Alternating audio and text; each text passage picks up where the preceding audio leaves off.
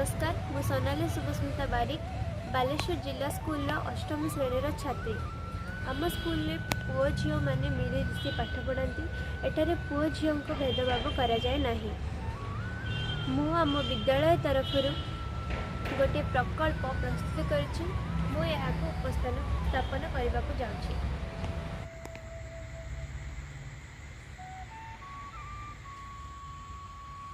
मोर प्रकल्प औषधीय वृक्षर उपकारिता। बहु पुरातन काल विभिन्न रोगर निराकरण पाई मनीष वृक्ष उपर निर्भर करि आसुछि। आमे छात्र छात्री माने एही नियम को पालन कले दीर्घायु और निरोग रही पारिबा। सेथिपाई आमे आम विद्यालय रे औषधीय वृक्षर एक बगीचा तैयारी करिछु। आसंतु एही औषधीय वृक्ष और एहार निराकरण उपकारिता संबंधी में जानिबा।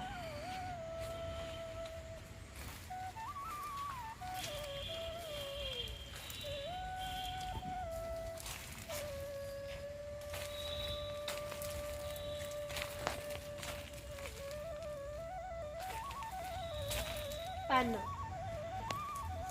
आयुर्वेद चिकित्सा रे पान रसर व्यवहार व्यापक। यह बात पित्त कफ नाशक। पान रस श्लेष्मा आमाशय अतिसार जक्ष्मा सन्निपात कंठरोग फुस्फुस रोगर प्रशमक।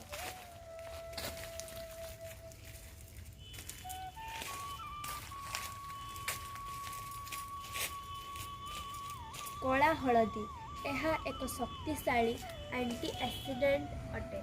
यार मूल गंठीबात श्वास मिरिगी आदि रोगर चिकित्सा सहित चर्म क्षत मांसपेशी जंत्रणा अर्ध कपाली को दूर करने व्यवहार करा जाए।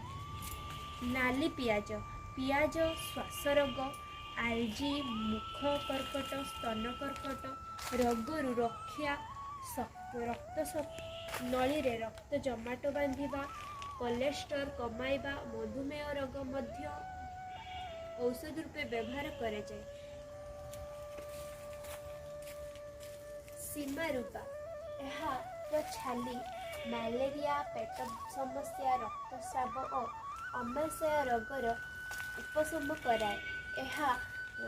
पत्र फल मंजी पीड़ानाशक जीवाणु नाशकारी बंधनकारी गुण रही था। पिपीली कोष्ठकाठिन्य लिभर टनिक पेट व्यथा ऋतुस्राव गर्भपात पाई एही गछर मूल आयुर्वेद रे व्यवहार करा जाए। एहार फलर रक्त प्रस्तुतकारी मूत्रकारी हजमकारी टनिक गुण रही। यकृत और प्रदाह गंठी व्यथा साप कामुड़ा बिछा दंशन और अंधार कणा रोग पाई व्यवहृत हुए। हरिड़ा यह त्रिफला प्रस्तुत पाई आवश्यक।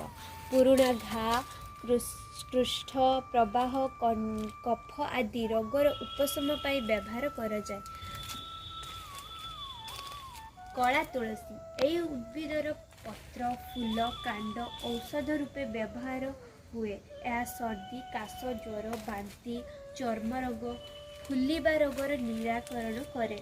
दयाल तुलसी यार मूल शक्तिवर्धक रूपे व्यवहृत। यह पाचक रस और पित्तरस क्षरण में साहाय्य करे।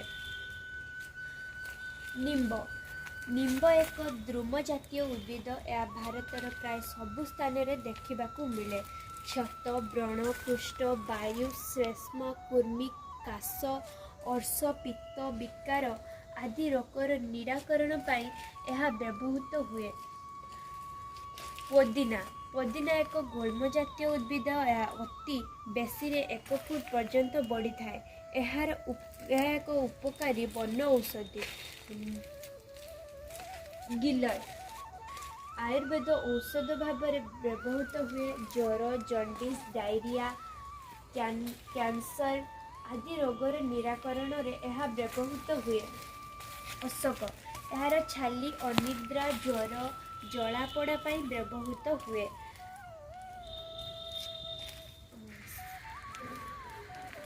पोकोसुंगा र्यूमाटिज्म मुंडबिंधा कलिक चक्षुरोग स्त्री रोग निमोनिया आदि रोगर उपशम यह व्यवहृत हुए।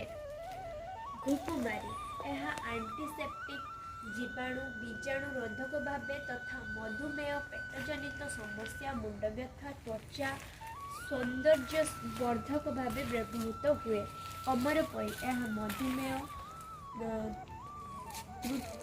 मूत्राशय श्वासनली संक्रमण पुथुरी रोग झाड़ा रोग उपशम पर व्यवहृत हुए।